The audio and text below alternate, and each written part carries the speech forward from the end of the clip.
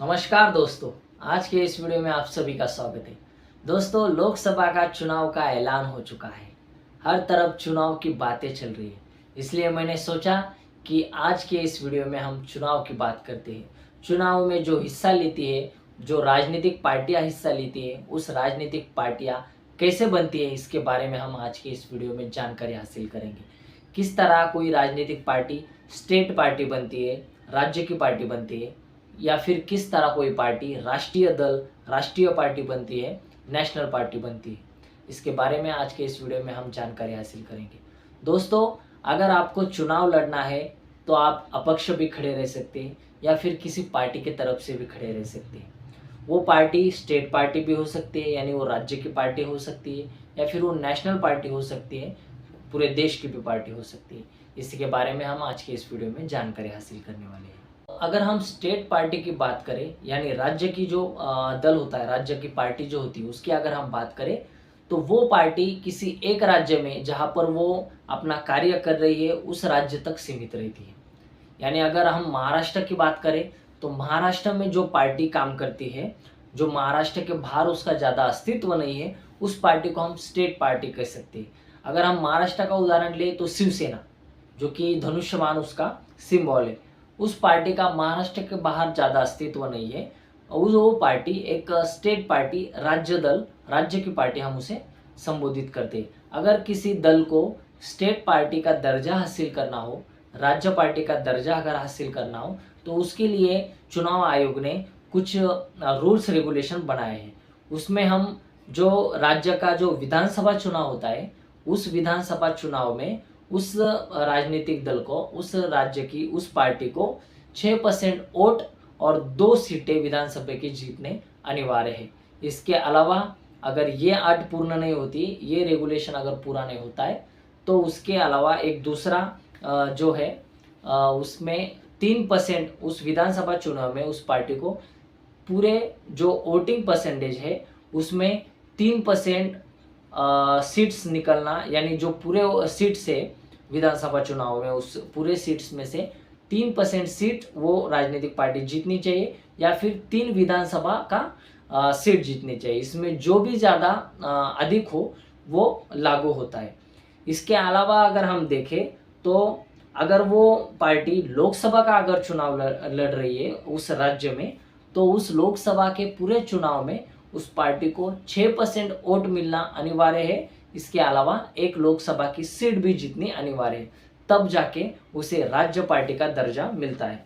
इसके अलावा अगर वो कोई सीट नहीं जीतती है लोकसभा में, तो कम से कम 8% वोट उस राज्य में उस पार्टी को मिलना चाहिए, तब जाके वो राज्य की पार्टी का उसको दर्जा मिलता है। जैसे ही किसी पार्टी को राज्य की यानी स्टेट पार्टी का दर्जा मिलता है दोस्तों, तो उसमें उसको एक सिंबल मिलता है और चुनाव आयोग से काफ़ी ज़्यादा अधिकार भी मिलते हैं। एक सिंबल मिलने से वो पार्टी रिकॉग्नाइज पार्टी कहलाती है। इसके अलावा उसको कई अधिक अधिकार भी दूसरे पार्टियों से भी ज़्यादा मिलते हैं दोस्तों। इस तरह हमने स्टेट पार्टी देखी, लेकिन स्टेट पार्टी जो एक राज्य तक सीमित रहती है, उसका जो काम रहता है, कार्य रहता है, वो उस राज्य तक ही उसका सीमित रहता है, उस क्षेत्र तक, राज्य के क्षेत्र तक ही वो सीमित रहता है। इसके अलावा जो इसका व्यापक रूप है उसे हम राष्ट्रीय पार्टी कह के संबोधते हैं, नेशनल पार्टी कह के संबोधते हैं। किसी भी राजनीतिक दल को अगर राष्ट्रीय पार्टी बनना है तो उसके लिए जो रूल्स रेगुलेशन बनाए गए हैं चुनाव आयोग में, उसमें हम देखा जाए तो एक नंबर पे आता है कि उस राजनीतिक पार्टी को देश के कम से कम 4 राज्यों में उसको स्टेट पार्टी बोल के उसको मान्यता मिलनी चाहिए, वो राज्य की पार्टी बोल के उभरनी चाहिए, तब जाके वो राष्ट्रीय पार्टी बन सकती है दोस्तों। इसके अलावा दूसरी जो हम इसको रूल्स और रेगुलेशन में देख सके तो लोकसभा या राज्यों के विधानसभा चुनाव में 4 अलग अलग राज्यों से जो लोकसभा और उस राज्यों की जो विधानसभा होती है उसके चुनाव में 4 अलग अलग राज्यों से वैलिड जो वोट होते हैं उसके 6% वोट प्राप्त किया उसको उस पार्टी को मिलने चाहिए, तब जाके वो राष्ट्रीय पार्टी बन सकती है या फिर नेशनल पार्टी बन सकती है। इसके अलावा जो लोकसभा की सीट होती है, कुल लोकसभा की सीट, उसमें से उसको कम से कम 4 लोकसभा वो सीट जीत सके वो राजनीतिक दल पूरे लोकसभा के, तब जाके भी वो नेशनल पार्टी बन सकती है दोस्तों।